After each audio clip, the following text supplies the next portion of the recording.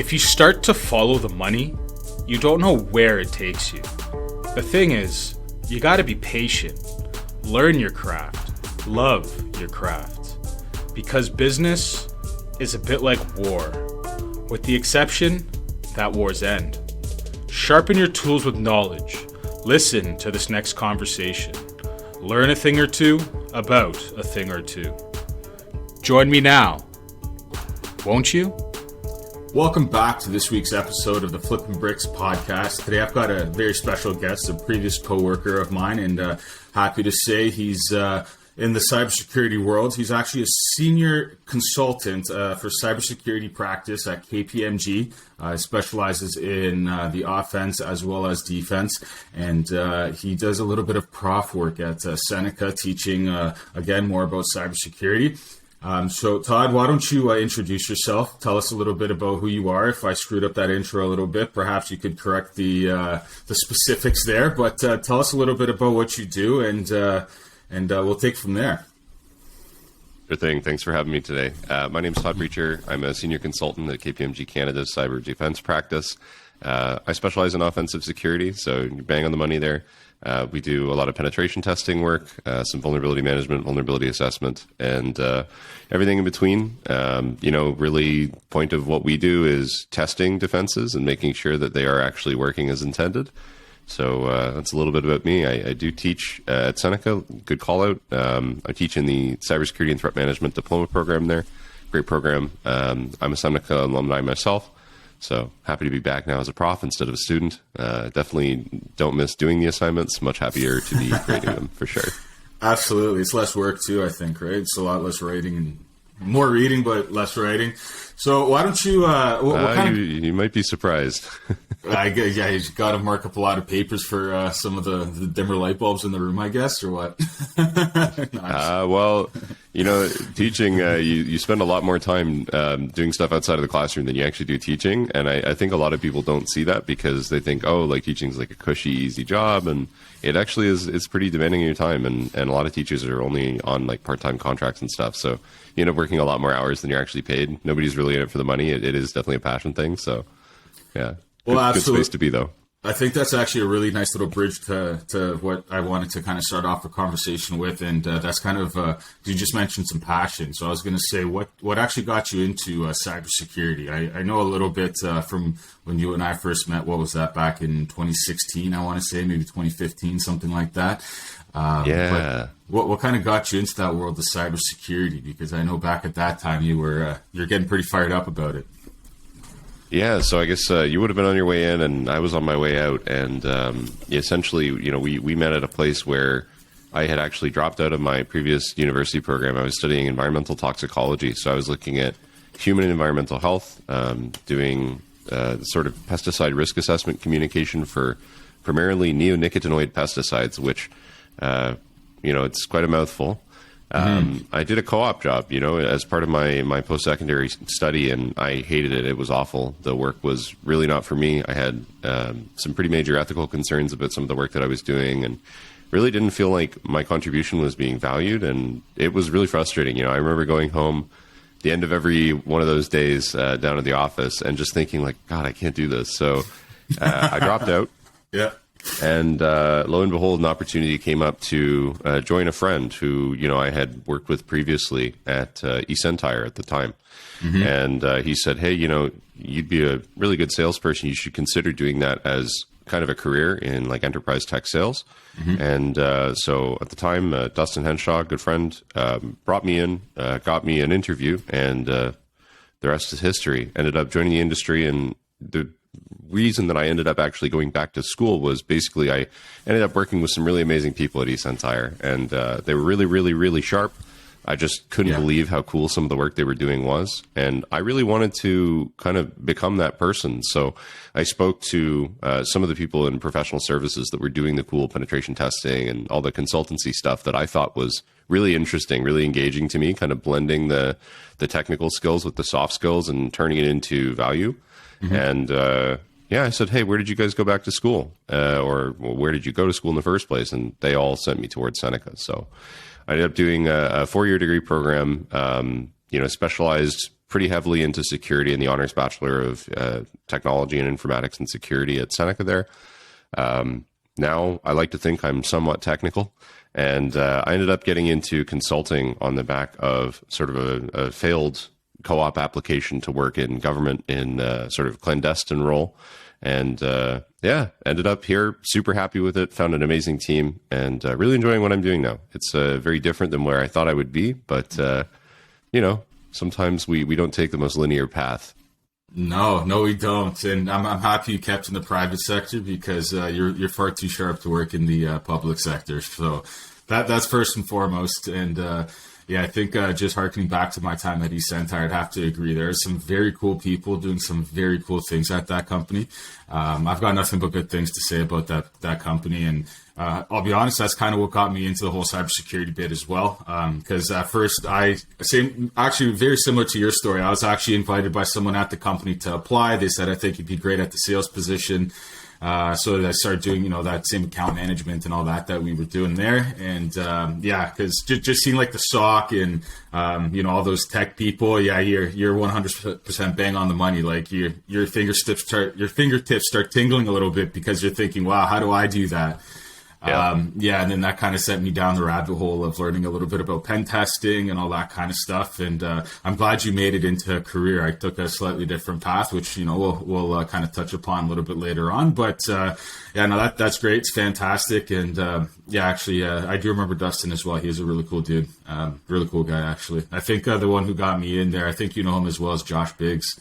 Biggs. Yeah, absolute beauty. Yeah, I haven't heard from him in a while, but hopefully all's well with him. Yeah, I mean, same. I haven't heard from him in a long time. I know he had a kid and all that kind of stuff too, right? Which is kind of weird. Yeah, because we were just like little university schmucks running around, but here we are now, right? All right, so let's kind of jump right into the meat and potatoes of this. Now that we got a little bit of a background on you, so let's start off talking a little bit about your professional life at KPMG. So the first kind of note that I've got for us is offense. So explaining a little bit about what a pen test is, vulnerability testing, and why that's important for corporate security. So I guess just from a high level, and 'cause there's a couple points here that I want to talk about, and I'm sure we'll naturally flow into them. But tell me about a pen test. Why is it useful, and who might use it? Yeah, so I mean, everybody's heard the phrase that the best defense is a good offense, and I think that's very true when it comes to cyber defense. One of the things that people don't understand is when you have ethical hackers or when you have penetration testing done, the purpose of that kind of testing is really to validate that your defenses are working as intended. So it's one thing to, go through an audit or do like an interview and, check the boxes and say, yes, I have a firewall. Yes, I have access controls. Yes, I have EDR. Yes, I have all of these different technologies in place. It's another thing to then validate that those technologies are configured correctly and actually working to your credit and to build a defensible security posture. Very often one of the challenges that we see is, clients have a lot of money. They love to buy all the latest, tools, all the bells and whistles, all the stuff. And then either they don't have the resources to operate it correctly or it's deployed incorrectly. And we see it all the time. And so therein lies the value of penetration testing is, even though you may have implemented or you may have, worked towards getting all of those controls or all of those preventative things in place, the question then becomes, are they working as intended? And that's what penetration testing is really designed to validate, right? To test those controls. Part of, I guess more broadly, like the entirety of penetration testing, you can think of it as technical security assessment. Really what you're doing is you're taking individual controls or individual capabilities, you're identifying weaknesses, and then you're testing to find out, is that weakness exploitable? Can I use that? Can it be damaging? And what really is the impact of the client? And, when you're talking about impact, you're really talking about risk. How much risk does this pose? What is the likelihood that this happens? And what is the severity if it does? And, there's your idea of risk. So that's kind of a little bit about penetration testing for anybody who's never heard that term before. It's a real job, I swear.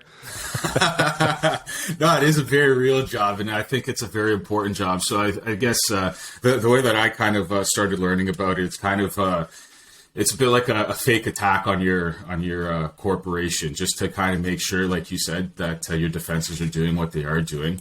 And I think it's also very important because there's a lot of people, not so much in the corporate world, because at this point people are more or less drilled into their mind, oh, protect your information, protect your data. And so whether or not they have the best practices is, a debate for another time, but at least they understand the general umbrella of the idea. But if you wanted to say boil that down into more of so I do real estate, and I think in the real estate business, not too many people take their cybersecurity very seriously. And to me, that's a massive red flag because, the first response whenever I tell someone about that is, oh, well, why'd they come for me? Like, what do I have? I'm just little old Mike. No one knows about me. It's like, yeah, that might be true. But I mean, what's on your laptop, isn't behind a corporate firewall. So it's probably a good idea to make sure that your security is, I guess, let's call it, as far as endpoint security goes, we can do our best. It's not managed detection or anything like that. But we have to at least try and protect that data. So when people are asking what is the value proposition behind a pen test, would you say it's a fair assessment to say it's not so much about protecting you, it's protecting the information that you have that can shoot you in the foot later down the line? Because people think it's like, oh, they're going to get a nude picture of me or something. But like, why is it not about that? So, really, I think the value or the comfort that a penetration test provides is it gives you an output that demonstrates, where your weaknesses are and what was exploitable. But it also should show really what wasn't and how you are protected, what you tried and failed. Mm-hmm. And the failures, from the penetration testers, they demonstrate that your systems are working correctly, right? If we get stopped, we want to tell you why we got stopped or how we got stopped or what stopped us and demonstrate that your stuff is working correctly. And I think that's an important piece of that idea of comfort, right? That somebody can understand how they are protected. Mm-hmm. We also want to highlight, obviously, when those systems fail or when those controls are absent. And again, bringing it back to the value, you're talking about data, you're talking about any kind of sensitive information or access, right, to a larger environment. You're creating opportunity for a breach, something like that. I think especially for individual, realtors or for real estate, historically, I think they have been a little bit behind the curve in terms of security because it hasn't really been a priority. And real estate isn't really, it's not a primary target. Despite the fact that, realtors have a lot of money or real estate in general, there's a lot of money in the industry. I don't think that it's been like a major target because there isn't really a lot of centralized infrastructure, for one. It makes it hard for sort of the common types of attacks to actually implement or, be deployed across the entirety of like one given real estate brokerage, as an example. Although it is worth mentioning, a lot of the, one really interesting trend that is coming out right now is a lot of threat actor groups are targeting personal assets as a means of breaching into like a larger infrastructure, a larger environment. I think, was it LastPass just recently, right? They talked about how it was an engineer's like unpatched Plex server that was, if I'm not mistaken, it's something to that effect. That's a concerning trend maybe for realtors specifically, but yeah, it's heavily decentralized. There isn't really a lot of immediate demand, in terms of like no like major onus for you guys to be paying up for a ransom or anything like that. And again, if it's decentralized, everybody has their own backups and things like that. Like, is there any real need for you guys to pay for something like ransomware? I would argue compared to something like a hospital, probably not, right? Like, or, compared to a bank or something like that. Like, if you guys are down for a couple of days, how much money can you really lose compared to something big and enterprise and, or, potentially life-threatening, things like that? That's kind of where my mind goes. Well, it's funny that you say that because one thing that I've noticed, and it's not just me, because I'm in a couple of different like group chats. I'm a realtor at Remax, so we have like some group chats with some of the agents and everything involved. And it's not just me. A lot of us are seeing basically phishing attempts. So it's, hey, I was just wondering, can you look at this paperwork? Here's a link, and it'll look like, it's from like Mary at the office or something like that. So it's like, oh yeah, it's just totally legitimate. But then, you click on the link and it's like, something doesn't work quite right. And So I've noticed there's a lot more of that, and my thinking is that they're going after either someone's personal mortgage information, like specifically, or I think in our group, just because we're a high performing brokerage, we're consistently ranking pretty high in Canada, and it's not just one office, like you said. If you get into the server at one, we all have a couple other servers. I'm not sure exactly what their security infrastructure is like on the back end, but I think if you got into one, it'd be easy to get into the others. And most realtors, I don't think, are focused on the data security for that reason that you mentioned. It's not a pressing point because we're not currently under threat, I guess is the way of saying it. So I guess if you want to look at that, not just from real estate, kind of like blow out into the market as a larger whole. So we've been penetrating and we've understood, okay, we have this potential hole in our system. How do we prevent that? So I guess we're going to talk a little bit more about the defense side of things and how would that be done? So like eSentire, for example, was managed detection and response. I think that's the way to go personally.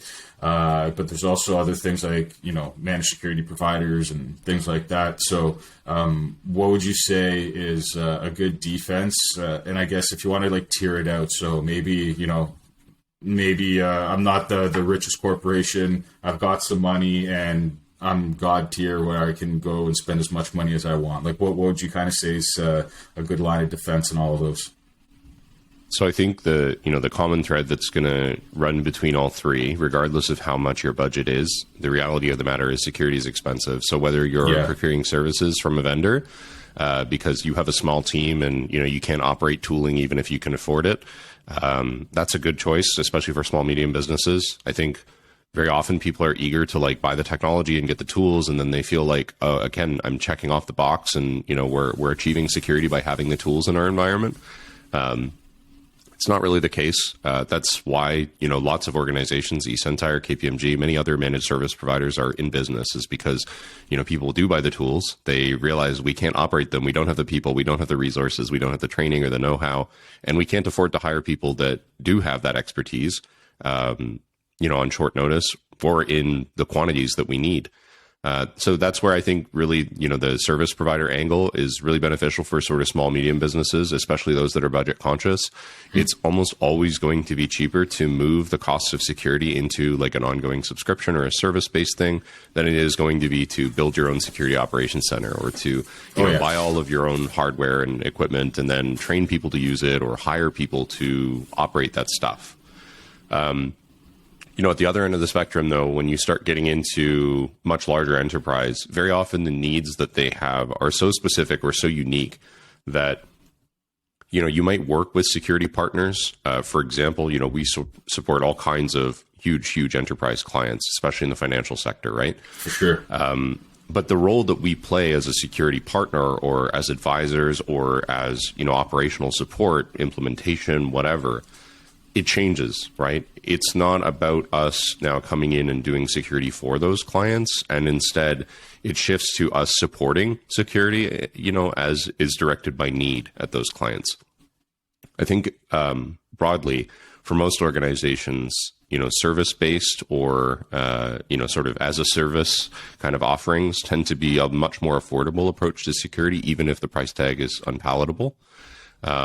It also does help to sort of distribute some liability, which can be beneficial, especially for small or medium businesses. Mm-hmm. At enterprise, though, really there's often regulations, there's, jurisdictional requirements, there's privacy requirements that sort of limit the applicability of some of those service providers. And it may end up tending towards like product-oriented kind of service delivery where, you're buying tools and then operating them in-house.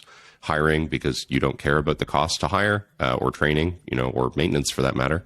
Mm-hmm. So that's kind of my take.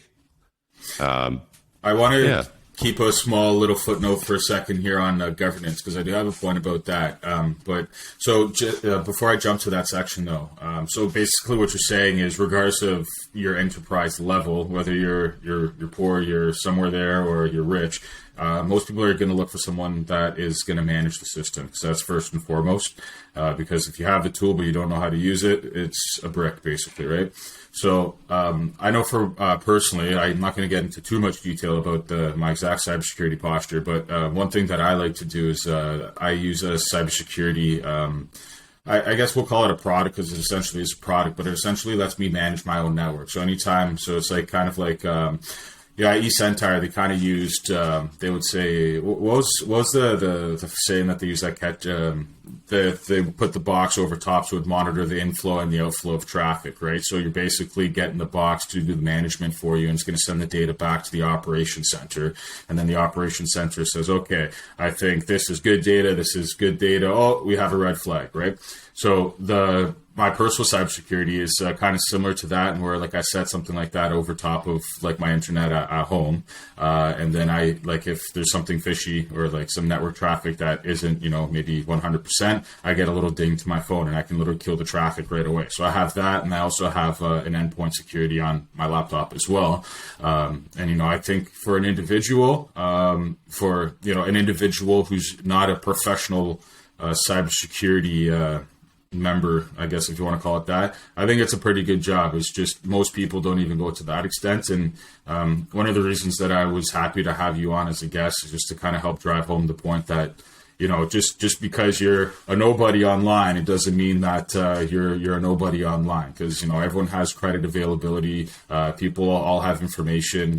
Even in Toronto, I'm seeing like a lot of like mortgage crime, or people just outright selling other people's houses because they got the documentation and they managed to spoof it, and the other realtor doesn't know because he doesn't know, or he or she doesn't know to look for the signs of, maybe this person was hacked and their documents are taken. And, like no one's going to think like that, because most realtors they're pretty hungry people. I know everyone has this idea that realtors walk around just with fat wads of money throwing it in the air. But believe it or not, that's not always the case. Hard work. I mean, I think when it comes to the idea of security online, I think a lot of it is behavior based, and yes. It's good to hear that you've got sort of tooling in place, but ultimately I think the reality right now is that when it comes to individual security or even organizational security, the people are the softest spot.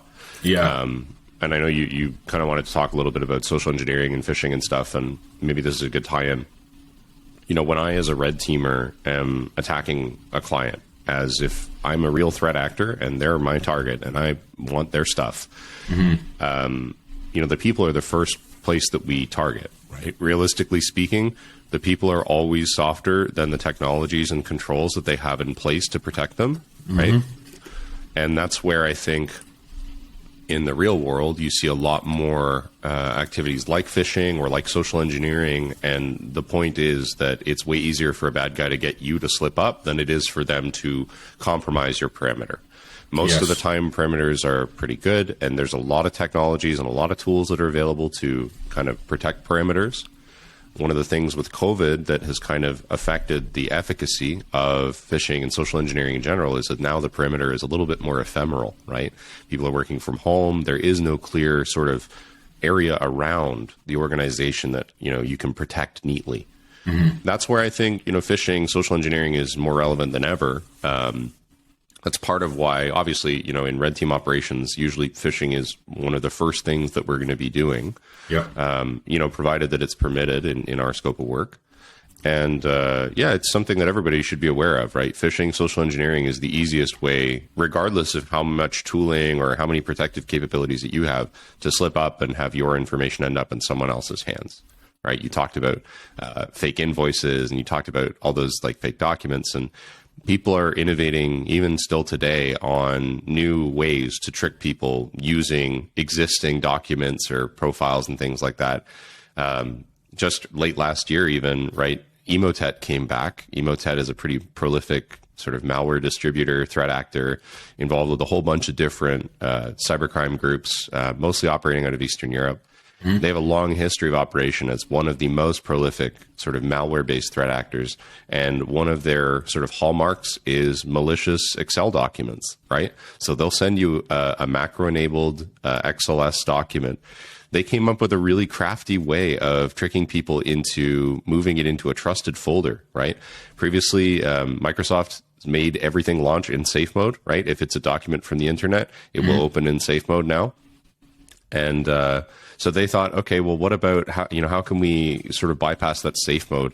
They actually spoofed the security bar in the top cell row and made it look like that security notice that says enable all content. And the idea was it's prompting you to move the file into a trusted directory where the document will open in an unprotected state.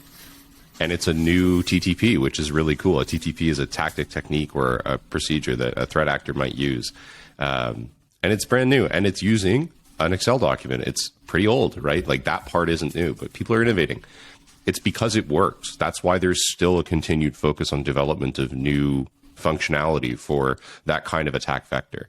And obviously, with the pandemic, working from home, like social engineering has become that much more important, or phishing in general has become that much more important for initial access. Yeah, and to the credit of some people, I know there's actually so in like an enterprise setting, what people usually do is, okay, I don't know if this link is safe, so let's send it to the IT department for a quick review, right? So I know that even in that little group chat that I was referring to, some of the more, I guess, tech savvy realtors, they'll always throw out, they'll say, oh, I got like this random Excel sheet, or I got this random link. Is anyone else getting this? Because I don't want to click it quite yet. So I think the average person is also kind of starting to jump into that mindset of thinking, okay, maybe, just maybe, I shouldn't click this EXE. So I think that's also important. But yeah, to the effect of social engineering, I mean, I read quite a bit about social engineering, and there's actually a great I listen to a ton of podcasts, but one of the better social engineering podcasts is called The Social Engineering Podcast. I don't know if you're familiar or not with it. Yeah, it sounds like you are. Yeah, you're smiling because you know what I'm about to go through. So, and what they always do is they always basically create a story. Like every social engineer needs a story. Why am I here? What am I doing? And how am I going to benefit, you, but really me, right? And if you think about it in a way, it's a lot like sales. So that's kind of how I kind of frame the social engineering argument to people who aren't familiar with, why should I be careful of this? It's like, well, are you going to be careful about the salesman selling a vacuum cleaner at your door? Like, are you just going to open up your wallet and give it to him? It's like, no. Like, I want to know a little bit more about you. I want to know why you're here. I want to know if your product works and all that good stuff, right? So I think if people can be vigilant in terms of preparing themselves for that unexpected encounter, that is just as important. So like you kind of need that framework already in your mind to get yourself ready and say, okay, I'm going to be prepared for this scenario and this is how I'm going to react. So I guess that I'll kind of touch into governance there. Like on an enterprise level, do you think governance actually provides any sort of like effective or efficient defense? Because you're basically playing, capture the flag with the other team, right? It's like, oh, I kept my information safe. Then they're going to come back, just like you said, they're going to develop a new macro for a new Excel sheet and that sort of thing, right? So do you think that the governance actually plays a part, or do you think that's more just getting people into the mindset of being prepared for an attack that's either a phish or a social engineer or whatever the weak link might be, being the person basically? Yeah, so it's a good question. I think governance is often kind of underrated in terms of the security that it provides, because at sort of a first glance, right, when you think about the idea of like a policy or a standard or maybe like a standard operating procedure or something to that effect, it doesn't really affect any meaningful control itself. Like in and of itself, it doesn't accomplish anything. It's a collection of words, statements, directives, requirements, whatever you want to call it, that is like putting like bumpers on a bowling lane, basically, for anybody who's using that document or anybody who's doing whatever activities are described in it. On its own, not immediately effective. But when you think about broadly the idea of defensible security posture, and you think about the idea of connecting people, processes, and technology to be able to achieve security, that's where I think governance plays a very important role of defining, sort of the baseline requirements and setting a standard, setting sort of a minimum requirement for operational processes or for, activities at your organization. And that's where I think, even though you might have great penetration testing or whatever, if you don't have stuff like governance in place to then guide your users or to establish your obligations with third parties or, clarify on those questions, that's where people on the inside, operationally are going to be coming back to your team and saying, well, how am I supposed to do this? It's also where you're going to have people making executive decisions on their own behalf and saying, well, I'm going to do it this way, even though that may not necessarily be a good way to do it. Yeah. And so that's where I think it's important, right? You need all three. It's not just people. It's not just processes or governance. It's not just technology controls.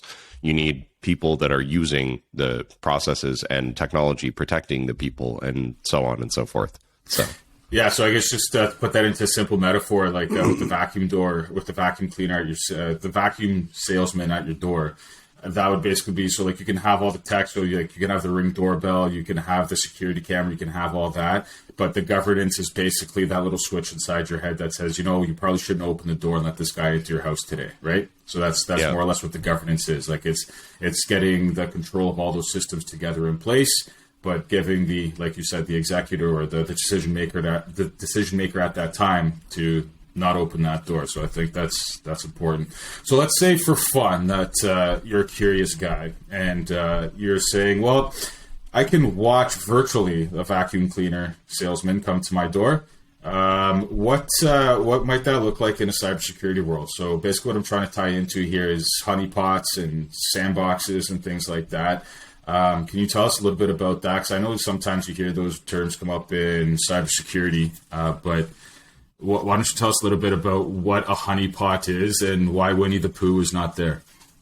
Yeah, great question. So honeypots are essentially like a trap, right? You're setting up a bait for whatever, threat actor might be pursuing you.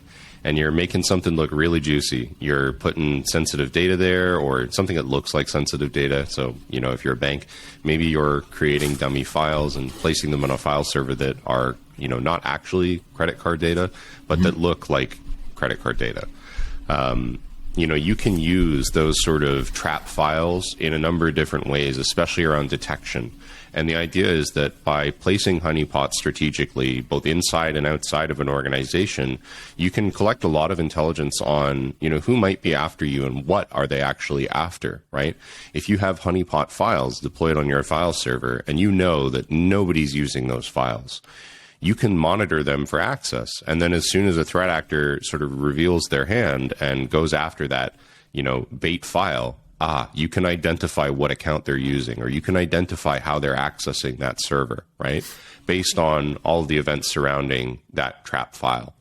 Honeypots are also used in the wild for like malware collection. In fact, it's a big part of how the open source intelligence community gathers all kinds of stuff surrounding malware and sort of emerging trends, especially on automated attacks, bots, and things like that on the internet. It's a very important part of building cyber threat intelligence, but you can use it strategically. There's a lot of different ways that you can use the idea of a honeypot. As far as sandboxing goes, it's almost the next step where, aside from just inviting interaction and sort of collecting or, logging it or whatever, a sandbox actually creates sort of a safe, segregated space wherein that threat actor can take actions and you can inspect their actions further. People use sandboxing as a means to separate sort of a chunk of infrastructure or space for whatever malware or threat actor or whatever activities they might actually want to explore further. And so they'll use sandboxes as a safe, dedicated space to explore how things are going to behave. You can use sandboxing for malware analysis. It's very, very useful there. There are a number of online tools that use automated online sandboxing to do malware analysis and generate sort of threat intelligence on how things are working. They will literally blow up the malware in this sort of safe space that's separate from all of the existing infrastructure.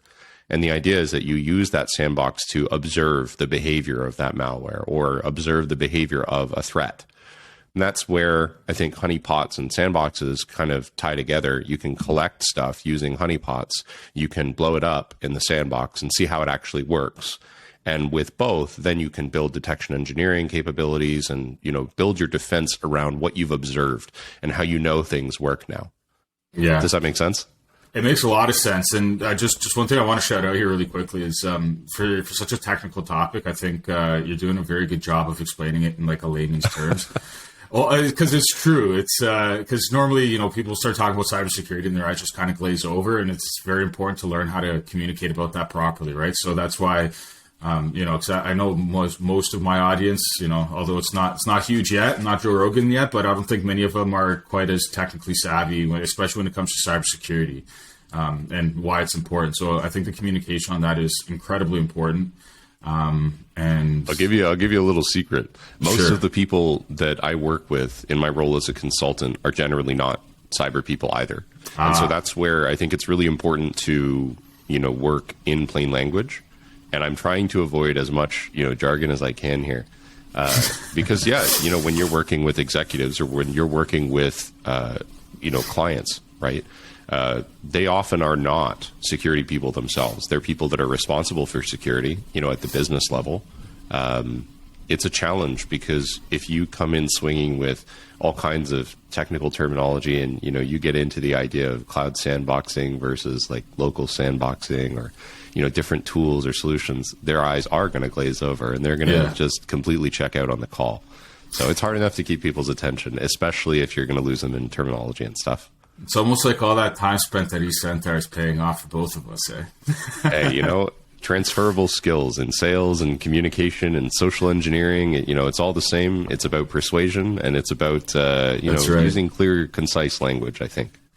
I'm not sure. I think you were there at the same time. I know that you were in the same building. I'm just not sure if he was the manager at the time. I still, to this day, I remember the guy named Zach. He was the manager there.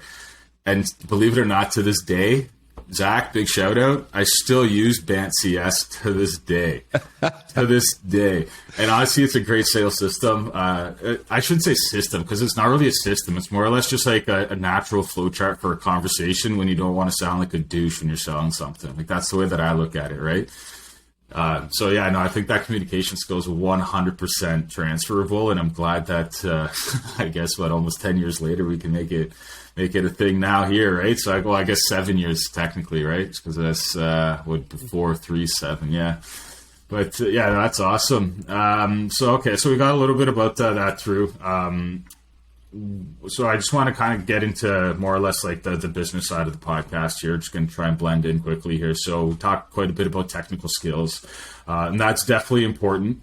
But I guess what is the start of a career in this look like? So what I'm asking is it difficult to get into this career of cybersecurity?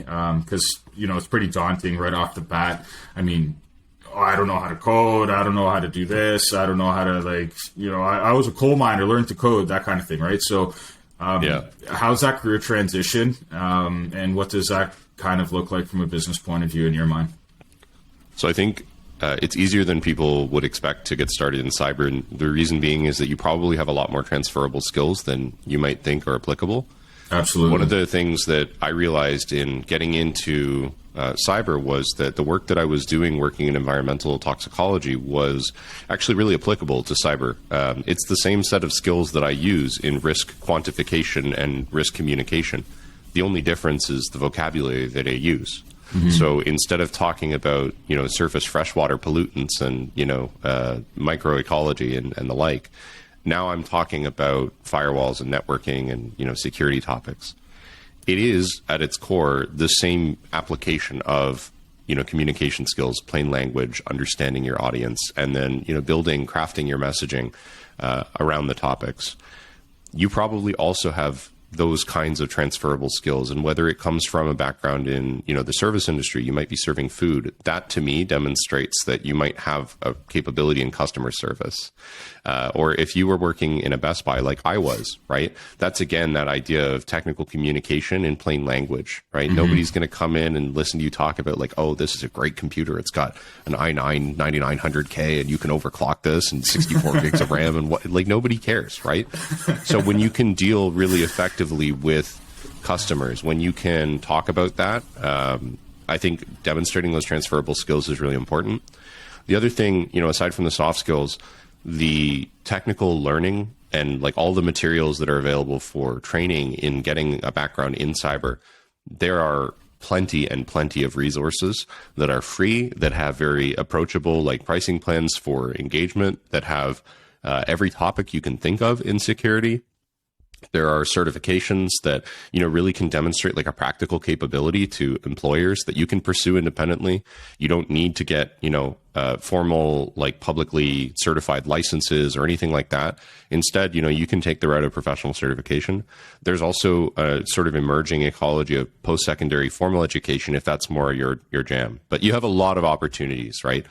Regardless of what area you're interested in cyber, there are resources to learn about it. There's a great community in cyber, lots of content creators, lots of publicly available information, and certainly lots of sort of for-profit certifications and things like that that do provide sort of a meaningful demonstration to an employer. So yeah, it's a lot easier than you'd think. What I really look for, especially because I hire a lot of students, I think they're a great example of this. People who are breaking into the industry for the first time, or maybe people that are coming from different backgrounds like myself.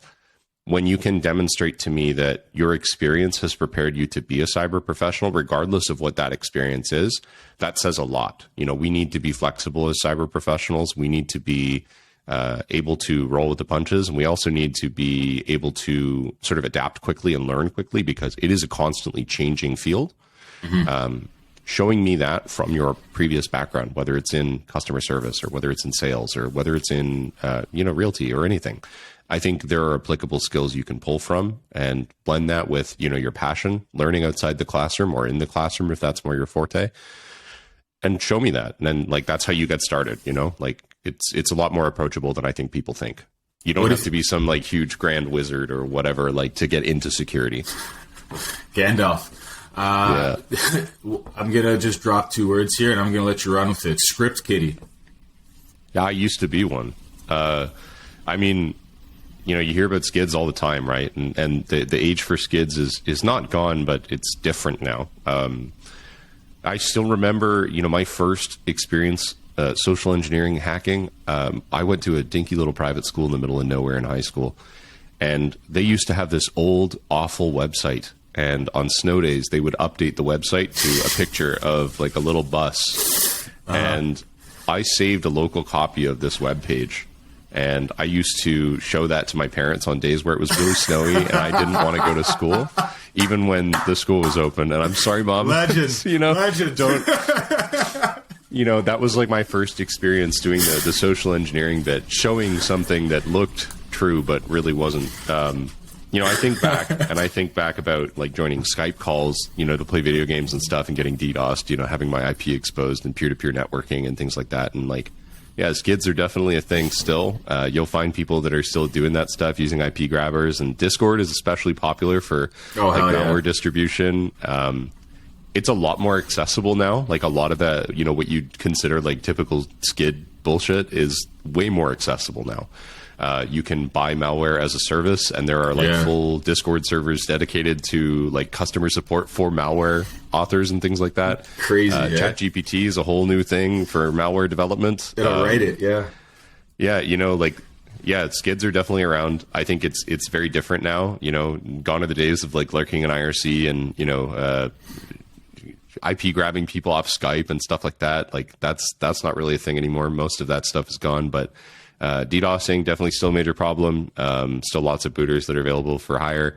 Malware development definitely much more accessible now. There's lots of resources on it, and certainly any skid can go and swipe Mom's credit card and buy information stealers and things like that. Yeah, so interesting time to be a skid, I guess. Lots of new technology. Definitely a good time to be a skid, because anybody who's properly, getting into security, they're going to have a bright career ahead of them if they don't get put in jail first. So, yeah.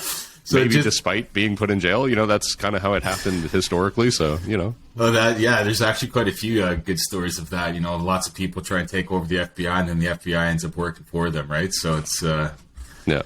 It's and just as for people who aren't quite sure what a script kiddie or what a skid is, it's basically somebody who doesn't have any I guess, major technical ability, and they more or less just run a script that will execute a code, which then gets your information. So basically, they're not hackers; they're just using the tool that a hacker might use. I guess is a high level way of looking at that. So I guess in terms of let's bring that back into the physical world. So I want to talk about physical pen testing here. So this year, I'm not saying I have, not saying I haven't, but sometimes it's fun just to walk around and see where you can get, if you know what I mean. So a little bit about physical pen testing. Tell me a little bit about that. I'll kind of chime in with my personal experience and why, again, is that just as important as cybersecurity. And I'm going to talk specifically about like real estate and like real world applications. So just run me through that a little bit and give me some of the parallels.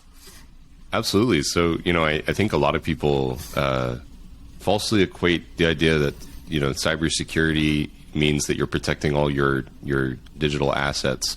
That means in cyberspace. But in reality, like, think about that sentence, right? If you're achieving cybersecurity, you're protecting your assets, right? That means you're also protecting them physically. If I can walk in and steal your computer, I can probably get into whatever's in there. And that's just sort of how it is, right? Mm-hmm. There are modern controls, things like drive level encryption or full disk encryption that can make it harder. But the reality of the matter is cybersecurity is more than just digital. You do have to consider the physical element. And that's where physical pen test and social engineering really comes into play. Again, the people are generally the softest part. So if you're able to get into places that you shouldn't be, or if you have access physically to technology or, open desktops and things like that, there's a good chance that you don't need to do any hacking to be able to steal sensitive data and, exfiltrate it or to get access to a system, right? Instead, if you can convince somebody to leave the room with their, opened computer, or if you can break into an area that you're not supposed to be, you could be doing irreparable damage to a business. And that's where I think there is an important tie into real estate, right? So being able to break into individual homes or commercial real estate locations and get to places where you shouldn't be, it poses a significant risk to whoever is going to be buying that home or, renting that commercial space. Finding things like loose doors, windows that don't lock properly, and stuff like that is really important because ultimately your physical security is an extension of your cyber security. If your physical assets are not safe, especially, concerning things that are like your servers or your hard drives or whatever, if those aren't safe physically, then you can't really say that you've achieved meaningful cyber security. Yeah, so there's a really good story, actually. I was listening to Darknet Diaries, another great cybersecurity podcast. I'm not sure if you're familiar with it or not, but Jack, he's a great podcast host. So there's a really cool story where they had a physical pen tester for a bank, and literally just walk in like you fit in, and no one's going to question a thing. So he basically walks into a bank. He waves at a manager who's not even looking at him, so it puts all the tellers at ease. He just casually walks behind the counter, just plugs in a rubber ducky, and he just starts doing his work. And no one even bats an eye because he looks like he belongs, right? So this guy ends up walking into the bank. He gets everything that he needs. So a rubber ducky is basically like a signal. It's a USB key you plug in and sends a signal. It says, yeah, I was here, kind of thing. And so as soon as he got that, he figured, while I'm here, when in Rome, do as Romans do. So he just took the whole computer and he ended up bringing it to the CEO's desk and said, yeah, I'm glad you guys have all this cybersecurity in place, but guess what? Everything I need, boom, right here on your desk, right? And so I think that's why it's also important to be vigilant in person. So again, just kind of going back to our original metaphor of the vacuum cleaner salesman at your door, make sure that the vacuum cleaner is a vacuum cleaner and make sure you know where that vacuum cleaner is at all times, because if not, it could start sucking up information and not just dust. I think that's why it's mighty important. All right, so we're coming up pretty quick here to the 1 hour mark. I'm loving the conversation, man. Believe it or not, we're at 47 minutes already. I know, eh? I'm just going to kind of plow through this real quick, and I'm going to go to a little bit of real estate. So we've talked a little bit about what you do. Where are you putting your office? Are you working at home? Are you working at a corporate center? What do you? And obviously, keeping in mind our conversation, where would you suggest putting your infrastructure? So personally, I'm hybrid, leaning towards full remote. I do go into the office occasionally, but it's downtown Toronto, so it's a ways away for me. I'm working at a Guelph, so It's about an hour and 20 minutes or so for me to get there. It's doable, but not all the time. It's a pretty big productivity drain to be commuting. Yeah. Broadly, I think it's okay to be working from home. There's no inherent security, loss or like major concern that I think just being at home for, generic business operation provides. Obviously, when you're working in the office, you're bound to the policies and the restrictions that they set on the infrastructure there. So it's probably more secure, I guess, if you wanted to quantify it. But, conducting yourself online, having good operational security in terms of what you're engaging with, what content you're viewing, how you're, working, obviously not working on a personal machine and things like that. And then, of course, implementing whatever security controls you can at the network level or at the endpoint level, like that's good stuff to do. So I'm hybrid, leaning towards more remote than in office, but happy to be both places. I think both are fine. Yeah, OPSEC and InfoSec, definitely two very important terms to know in cybersecurity and life. Yeah, for sure. Okay, so kind of venturing away now from real estate as a business, real estate as from the eyes of Todd, the regular guy walking around on the street. What is real estate to you? Is it an asset? Is it just a place to put your head? Are you planning to buy a house? Do you own a house? Like what's real estate to you on a personal level? It is an impenetrable market. I think, it's tough. I'm very fortunate. Cyber pays well, but it's still not enough to be able to afford mortgages right now for even, small homes where I'm at. And granted, my region is one of the more expensive areas in Canada, but broadly, I think in Southern Ontario, the market is very, very impenetrable for a lot of people that are in my situation, right? Technically, I'm a fresh grad. I'm not married, which means legally I'm single or whatever. And that also means that as a candidate for something like a mortgage, I'm considered to be a sole earner or, I can't really account for my partner's assets. And that's not really a thing that makes it very approachable to be buying. Certainly I'm renting. I definitely don't own a house. Going back to school, you don't have a lot of time to save, even working 3 jobs through school. If you're paying tuition and the like. Yeah. Now, I'm at the point where I'm looking to maybe buy in the next 3 to 5 years, depending on the market environment, but it does remain largely impenetrable. You hear about a lot of properties being used as investment vehicles. They're certainly out of budget for a lot of people in my situation. And even despite, earning a healthy amount, I think that there are a lot more people that are not in as good of a situation and are even further away from buying. And I still feel really far off. It's crazy. Yeah. So I'll give you a couple of little stats here. So what you're referring to is called GDS. So that's gross debt servicing, basically how much money you can afford to shell out every single month on your living expenses. Now, in a perfect world, that number's supposed to be about 35% or less. So say you make $100,000, you'd want to be spending more than say $35,000 on your mortgage or living expenses in that sense. But like you mentioned, that is not really a realistic number anymore because I know I was reading some of the latest market stats that came out from TREB, which is the Toronto Real Estate Board. And in some spots, believe it or not, some people are paying up to 70%. So if you're making, say, $100,000 and you're paying $70,000, that means not only can you not afford food, you're still indebted to the tax man, which is crazy. So that's why so many people think, I make 6 figures, but realistically, that doesn't mean anything. If you want to survive in Toronto as a family, the crazy thing is you need at least $200,000. Obviously, that's a gross number, but that's a very high number for a lot of people. Considering the median income in Canada is what I think it's only like $58,000 or something like that. So well, exactly. Speaking to the bank and asking, how much does a single person in my position need to be earning to be qualifying for, say, a modest, $600,000 mortgage, right? That's pretty middle of the road, I think, compared to what most stuff on the market is selling for right now, especially in my region. And, to get an answer back from the bank with a straight face saying $174K a year just to qualify, right? So, as a prerequisite, it's crazy. I don't really know that many people that earn that much in terms of like a base salary, just as kind of what they would use to qualify for that kind of a mortgage. Yeah. And it's surprising because, if I'm hearing that back and they're telling that to everybody else in the same position, how many people are really able to afford something like that? Like, how are you supposed to break in? Like, that's where I think it's been like a big challenge. The bank of mom and dad, they come in with a big down payment, and then you get married for tax purposes so that you can bump that 96 up to that 108, or sorry, that 180 number, and that's how you're supposed to qualify, and hopefully you don't break up with your girlfriend between now and the sale of the home, right? Yeah, well, you know, that's I love the unfortunate reality. So somebody paid to put up a billboard in Toronto that was talking about like having trouble affording a mortgage. Have you tried having richer parents? Like, I don't know if you've seen that. No, I haven't. That was a real billboard, and I thought that was hilarious. That is. And tragic. I don't know. It's tough.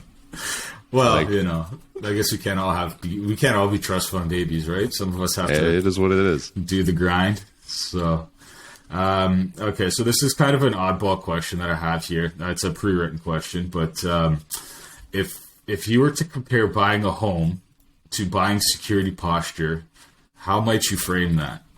So, I guess, are you putting bars on your house? Is it worth it? No, you know, I think this comes back to kind of the fundamental requirement that security is functional. So you need to have as much protection as you can reasonably accommodate without impairing, you know, the usability or the livability of and affordability your home in this case. And affordability, right? There's a balance to be struck. You know, even organizations that have limitless dollars, they don't buy every security tool, and they don't have everything completely locked down, because at the end of the day, they need to access their data. They need to use their you know, digital tools. Yeah.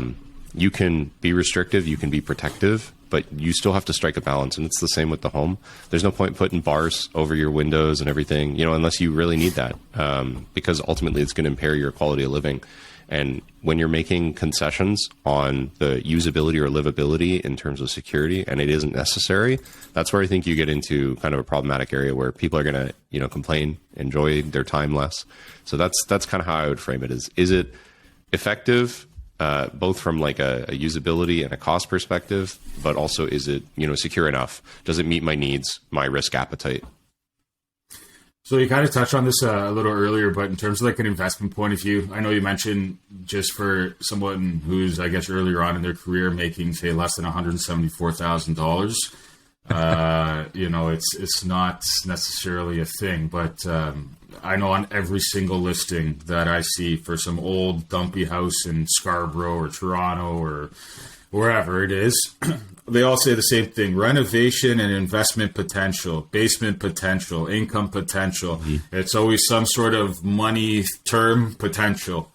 Do you think that investment in real estate at this point is still viable, or do you think that's more or less just a card game for people who already have cards?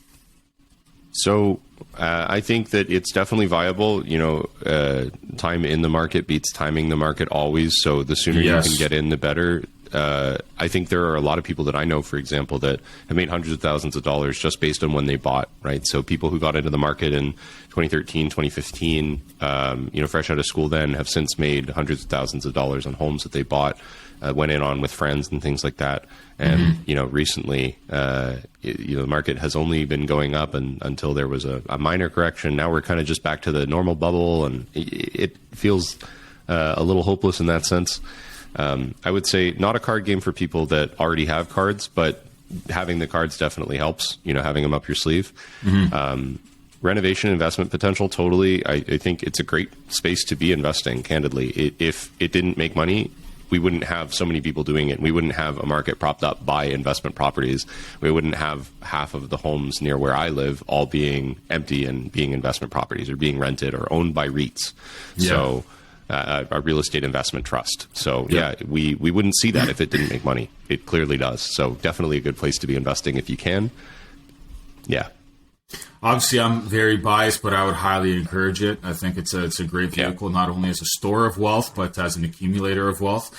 Absolutely. So for those who do not know, the GDP of Canada, if you want to account for all the subsidiary and inclusion industries and everything like that, real estate makes up about 20% of that. So, and the one thing that nobody can make more of is land. So the more you can get your hands on, the more valuable it is. So I'm always in favor of that. But I appreciate the insight, especially as someone who I think yours is, is for our generation is pretty important because you're a cybersecurity professional at a big company. So like the money thing is not necessarily a major concern, but it does still highlight kind of the fact of like how difficult it can be to actually break into that market and, what some of those limitations are. But like you said, the time in the market is better than timing the market. And I 100% agree with that, right? Because I mean, even if you bought 2019, whatever it is, even if you bought at the peak, we're down 20% or, whatever terrible news headlines you want to read. Yeah, theoretically that's true. But, hang on to you your go back for far a little enough bit. And that's still way up, right? Like that's the moral of the story. Exactly. All right, lovely. So that's great. I think we have about a minute and a half to go, so I'm going to fire off a couple questions to you. I ask everybody these questions. Star Wars or Star Trek? Star Wars. As much as I'd love to say Star Trek, I can't say I've spent enough time with it. I remember my dad used to dress up as a Star Trek character every Halloween. He had like one of the jumpsuits and everything. I always thought it was super lame, so I never got into it. I did learn how to do that. Live long and prosper, all that. But I got to say Star Wars. Good man, good man. What's the best book you ever read? Flowers for Algernon. What is that? Highly recommend it. I don't want to spoil it. It's a very human story. I think it's a really interesting experience that explores the idea of consciousness, intelligence, and what it means to have agency as a person. Also really sad, so get your tissues ready. You'll probably cry. It's an excellent read. I don't want to say any more. It's a short read. Go read it. Flowers for Algernon. Flowers for Algernon. Okay, I'll keep Absolutely. that one in mind. How big is your TV? I don't know. It's not really mine. I kind of sold it from my parents' place, so it's like a 48, 50-inch TV, something like that, and it's currently sitting on my floor. Good. Nice. Don't use it too much. Yeah, I'll be honest, so far, that's the smallest TV that guest has had, and I think that's a benefit, not a curse. So no, I'd rather do other things than be watching TV, so that's for sure not me. Yeah, hell yeah. My TV's 32 inches. It's the same one I got in first year of university from the Loblaws around the corner. Yeah. Okay, so I'm going to start the sentence, and you're going to finish this one, okay? I want money because... It enables me. It lets me do all the cool stuff that I really like to do. And, without it, I don't get to do all that fun stuff that I really like. So it enables me. That's why I want more of it. And, it lets me enjoy the things that I like. So I get to build goofy keyboards and, play with my espresso machine and all that stuff. So I definitely want more money. We like that. More is always better than less in this case, I guess. Absolutely. Right on. Well, Todd, I really appreciate the time. I thought it's been a wonderful conversation, and I'll be honest, we were able, in my opinion anyways, I think we were able to really simplify and, I guess, to your point, communicate very well what cybersecurity is, what the posture could be, and why it's important to everyone else. And I appreciate your insights on the real estate. It's been great catching up, and hopefully we can do this again sometime. If I'm sure I'll be around. There. Absolutely, yeah, it's been a pleasure. Yeah, all Thank the best. Thank you so much. Yeah, and everyone else, tune in. Just listen to all the normal disclaimers. We'll shout out Bandit Beats for the intro music. And other than that, stay listening, and we'll catch you on the next episode. See you, everyone.